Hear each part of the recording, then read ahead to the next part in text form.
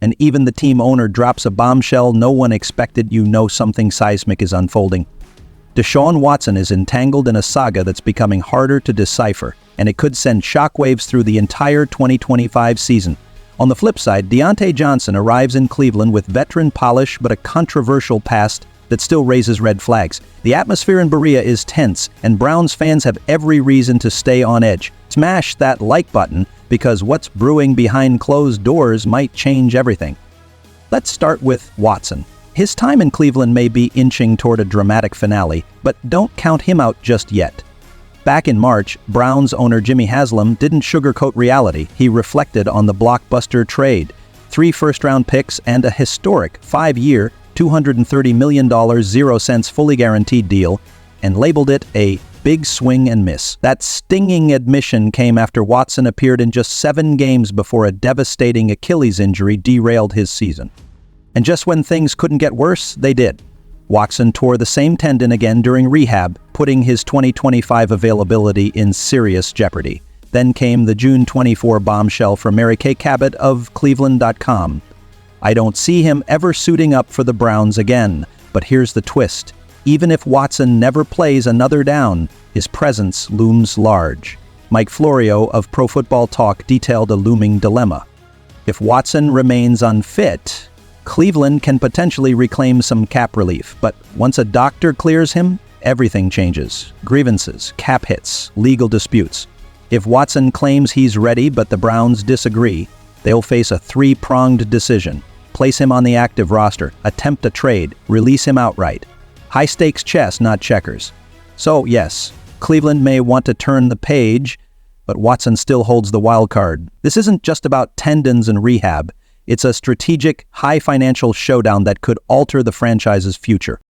Do you still believe Watson can deliver, or is this saga beyond saving? Drop your thoughts below. Meanwhile, Diontae Johnson is stepping into Cleveland with hopes of redemption, but he's dragging along some emotional baggage from a chaotic 2024 campaign, a whirlwind season that saw him bounce across 3 AFC squads, including a turbulent stop with the rival Ravens. Yes, that Diontae Johnson, the former Steelers standout, now dons Browns colors, making him a rare 3-time AFC North traveler.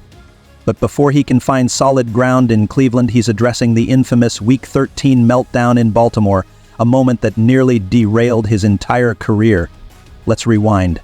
A frigid 41-degree night at M&T Bank Stadium. Rashad Bateman goes down. Johnson is tapped to enter, and he straight up declines. Not behind the scenes, not quietly. A full-on, nah, I'm good moment in front of the staff. That decision led to a suspension, then a release. Now Johnson's finally breaking his silence. On the Sports and Suits podcast, he pointed to the cold and his mental state. It was freezing. I was going back and forth between the heater and the bench, just waiting.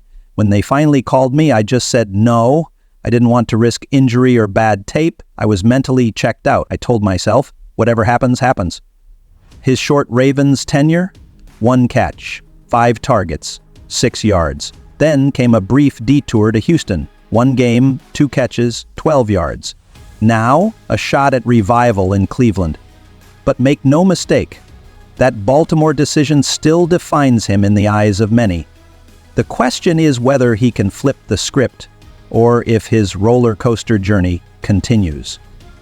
The Browns are navigating a landscape of high stakes and heavy uncertainty. 1 quarterback with a massive contract and limited availability. 1 receiver with undeniable talent, but a clouded past. The stakes are rising, and the spotlight is burning brighter. Subscribe now and stay locked in, because what's unfolding in Cleveland is anything but ordinary. Attention Cleveland Browns fans. A massive development just erupted out of the AFC North, and it could reshape the entire trajectory of the 2025 season. Something major is simmering behind the scenes, and yes, it might directly alter the Browns' path toward a long-awaited Super Bowl run. We're talking about a dramatic shift in the division's power structure, one that could cause a key rival to unravel in the seasons ahead. But before we dive in, if you're a true Dog Pound member, hit that subscribe button and help grow this incredible community. Let's crush that 1,000 subscriber milestone and prove Browns Nation rolls deep. Now, let's get to the truth. Just a month into OTA, his name is ascending not as a formality but as a force. Kevin Stefanski reportedly gave all quarterbacks an even split of reps, but keen observers noted the distinction. Sanders wasn't merely another arm in the rotation. He stood out. When the dust settled on the practice stat sheets, one name consistently rose to the top: S. Sanders. And let's be crystal clear, this isn't a fan's fantasy. It's real. It's unfolding in real time, Browns fans. We could be witnessing the rise of the next phase of our franchise. Now, this doesn't necessarily mean he's starting week 1, if we're being honest, and we always are. Joe Flacco still appears to be the early front-runner, but that doesn't diminish what Sanders is bringing to the table. Among all the quarterbacks in the room, he possesses the highest ceiling. That's not hype. That's pure tape and talent, considering where this franchise has been, the carousel, the question marks, the chaos. There's something profoundly satisfying about seeing a young QB step up, even if it's just May. Yet not everything in Berea was sunshine and spirals. While some players elevated, others vanished. Let's talk about Deontay Johnson, a no-show at OTA. Sure, these are voluntary, but Johnson's absence hits differently. This isn't an up-and-coming rookie or a battle-tested veteran skipping drills. This is a wide receiver on his final chance. Let's be real. He's worn out his welcome in locker rooms from Pittsburgh to Houston. He's got talent, no doubt, but when was the last time his name graced a positive headline? This was his opportunity to show commitment, to blend into a team culture that's rebuilding its identity. And instead, he ghosted. The concern here isn't just about a single practice, it's about perception. A guy on thin ice can't afford to be absent while others are grinding. He's reportedly been seen around the facility, but come mandatory camp, all eyes will be on him. His margin for error? Gone. On the flip side, the Browns' defensive line has been nothing short of dominant. Disruptive, even fearsome. Mason Graham, remember that name? From rookie minicamp to OTA has been explosive, and not just by rookie standards. He's looking like someone who's already staking a claim on this defense. And let's not forget Joe Tryon, who brought so much heat he accidentally collided with a quarterback during drills. Was it a bit too much for OTA? Perhaps. But was it a sign of the ferocity this unit is bringing? Absolutely. This defense is building something you can feel in the trenches. If this group stays healthy, and that's always the big if, we could be looking at a top 5 unit in the league. No exaggeration. It's in the personnel, it's in the energy, it's in the intent. They're not just showing up, they're showing out. And now let's shift to the backfield, because it's not just crowded, it's evolving. Jerome Ford entered OTA as the presumed RB1, but listen closely and you'll hear the shift. Quinn Jenkins and Dylan Sampson have arrived. And they didn't show up just to watch. Jenkins looks like a feature back already. The burst, the vision, the confidence, it's all there. And Sampson, he might be the most dynamic, multi-talented back we've seen in camp this year. What does that mean for Ford? It could signal the start of a transition or the opening chapter in a potential trade discussion. The Browns are clearly embracing youth and explosiveness at running back, and right now Jenkins looks like the one holding the keys to the kingdom, not by default, but by dominance. And just when you thought it couldn't get any better, Jerry Jeudy entered the scene. Finally healthy, finally comfortable, finally looking like the WR1 we envisioned when he arrived. What makes it even more thrilling is his chemistry with Flacco, who still throws the deep ball like he's got a 28-year-old cannon. They've been lighting it up in OTAs, and if Flacco ends up as QB1, we could see a downfield connection that brings explosive fireworks this fall. Now here's where I want you to weigh in. Out of all these storylines, Shedeur's rise, Johnson's absence, the dominance of the defensive line, the battle in the backfield, and Jeudy's resurgence, which one captivates you the most? Drop a comment below. And while we're on the subject of chemistry and breakout performances, let's circle back to Shedeur Sanders one more time. The whispers inside the facility are growing louder. This isn't just about mechanics anymore, it's about leadership, about how the guys are responding to him. Multiple reports suggest that even though he's the youngest QB in the room, he's carrying himself like a veteran. Calm, poised, and most importantly, coachable. Let's also take a moment to talk about Kevin Stefanski. The head coach has taken his fair share of criticism over the years, but if you're paying attention to what he's building now, it's clear he's not just trying to survive, he's looking to evolve. The way he's rotating quarterback reps evenly, that's not indecision, that's a challenge, pushing all of them to step up, and Shedeur seems to be answering that call. But the truth is, even with all this OTA hype, the Browns are walking a razor's edge. One injury, one locker room meltdown, one setback. That's all it takes to flip momentum into mayhem. That's why stories like Deontay Johnson's absence feel so much heavier than just a missed practice. It's not just about drills, it's about the message. If you're not locked in, you're out. This team doesn't have room for passengers. Meanwhile, other players are quietly stacking solid days. Dillon Gabriel, the other rookie QB, might not be lighting it up like Sanders, but he's not fading away either. If we've learned anything about quarterback rooms in the NFL, it's that depth matters. One injury can change everything. And for the Browns, having two young QBs hungry to climb the depth chart could be their most underrated asset this year. And let's not overlook that OTA attendance list. Yes, it was voluntary, but the names missing.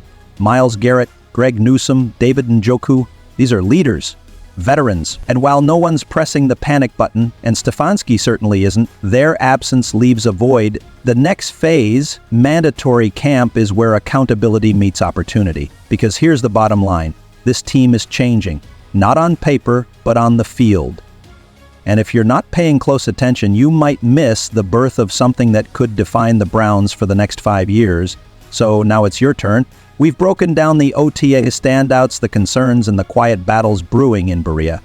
What do you think is the biggest storyline heading into mandatory camp? Is it Shedeur's meteoric rise, the shakeup at running back, the Flacco-Judy connection, or maybe something else entirely? Leave a comment below and share your boldest prediction for the Browns. And if you haven't already, like this video and hit that subscribe button. Go Browns! Browns fans, brace yourselves, because what we're about to witness might be the most volatile and daring storyline in the entire NFL. Dillon Gabriel, Shedeur Sanders, Joe Flacco, and Kenny Pickett. 4 quarterbacks, 1 starting job, and absolutely zero clarity. Yet from recent Browns OTAs, one thing is becoming increasingly evident. Dillon Gabriel's name isn't just an afterthought. It's rising, and he's leaving a real impression. After a historically underwhelming offensive campaign in 2024, the Browns revamped their offensive identity. Offensive coordinator Ken Dorsey was fired, Tommy Rees was promoted. Then came the quarterback overhaul. Kenny Pickett via trade, Joe Flacco re-signed, Dillon Gabriel and Shedeur Sanders drafted in 2025. The QB battle has become a full-blown media spectacle, and the spotlight has grown even more intense with Shedeur Sanders' soaring popularity. But just as Sanders began carving a path toward the starting job, his name hit headlines for all the wrong reasons. It started on June 6th, when Sanders was cited for driving 91 mph in a 65 mph zone on I-71. Just 11 days later, another incident on June 17 at 12:30 IEMing. Sanders was allegedly clocked going a staggering 101 mph in a 60 mph zone. Then, as if that weren't enough, a third violation. On June 18, Sanders was once again pulled over, same speed, same zone, 101 in a 60. Just like that, his margin for error vanished. Fans expect their quarterbacks to be mature leaders, anchors in chaos. But what happens when your potential face of the franchise starts trending for legal run-ins instead of highlight reels? At just 23 years old, Sanders is now at a critical crossroads. And while the legal system is watching, so are Browns fans, coaches, and the entire NFL world. ESPN's Adam Schefter spoke candidly about the situation, pointing out how Sanders' path to the NFL may have created emotional turbulence. As the son of Hall of Famer and Colorado head coach Deion Sanders, Schefter is navigating life as a professional. And for the first time, he's doing it without the direct presence of his father. Why? Because while height might be a limitation, accuracy is where Dillon Gabriel truly excels. And Browns fans, let me tell you, this kid can throw. Multiple OTA reports highlight Gabriel's uncanny ability to put the ball exactly where it needs to be, whether it's a back shoulder fade or a perfectly led slant across the middle. His touch and precision are next level. In today's NFL, where completion percentages are soaring and the margin for error is razor thin, accuracy is everything. If Gabriel has that elite ball placement, he's already ahead of the curve. Gone are the days when a quarterback could complete 57% of his passes and still keep a job. Now you need to live in the mid to high 60s just to stay relevant. That's why coaches are watching Gabriel so intently, because if Kevin Stefanski can tailor the playbook to suit Gabriel's strengths, much like Sean Payton did with Drew Brees, another undersized but hyper-accurate quarterback, there's a very real chance this offense could click. Remember how Payton simplified things for Bo Nix last year? Gabriel might need the same approach. Streamlined plays, scripted drives, clear reads. Let him settle in before turning him loose. If that happens, we might see a quarterback who quietly and efficiently guides this team, not as a highlight reel sensation, but as a cerebral, mistake-free field general. That said, Gabriel isn't without competition. Shedeur Sanders is making noise, and it's not just hype. By all accounts, he's played extremely well during OTAs, showing poise, confidence, and a commanding grasp of the offense. Sanders is bigger, flashier, and some argue has more upside.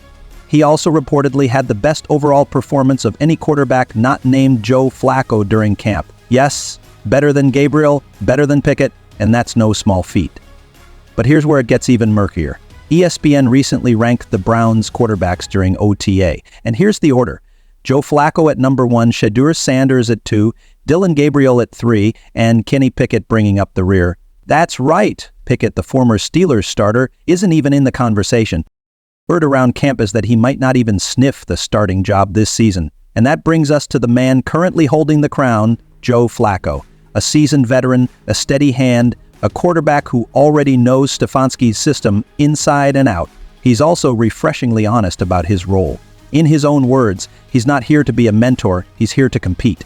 At 39, he knows he's nearing the end, but he's not done yet. Flacco is still slinging the rock like a pro, and the coaching staff trusts him. That's why most observers, including this journalist, believe Flacco is your Week 1 starter. But then what? Week 6, Week 7, Week 8? That's when things get spicy. If the Browns stumble out of the gate, or if Flacco starts showing his age, the leash will be short, and then it's anyone's game.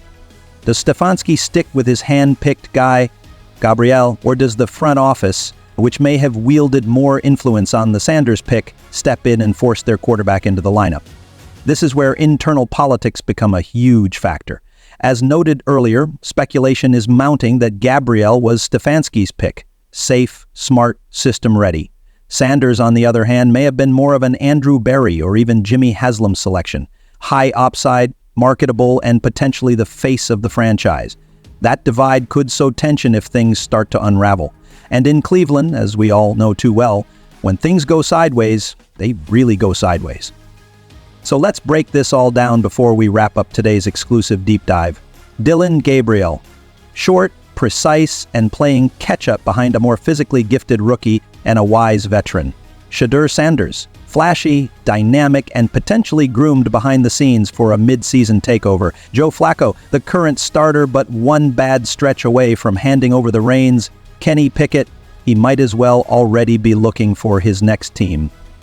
This battle is far from over. In fact, it's just beginning. And whether it's Flacco, Gabriel, or Sanders leading the charge come Week 6, one thing is certain. This quarterback room is the most unpredictable in the entire league. Browns fans, we want your voice in this conversation. This is more than a legal issue. It's a mental, emotional, and professional pivot. And ironically, before these incidents, Sanders was shining on the field. During minicamp, he posted the highest completion rate, 77.4%, among all 4 healthy Browns quarterbacks during media sessions. Analysts began whispering about a QB shakeup, and some believed Sanders had pulled ahead of Dillon Gabriel in the early race. But those whispers turned into doubts after the speeding drama exploded. Adam Schefter didn't mince words during his appearance on unsportsmanlike radio. Not at the beginning of the season, I think, unless he just comes in and shines like we've never seen before. Schefter emphasized this was a wake-up call, a sharp reminder that this league, this lifestyle, is an entirely different beast. This isn't college, and this time, he's not playing for dad. It's not just about potential anymore. It's about professionalism, accountability, and consistency.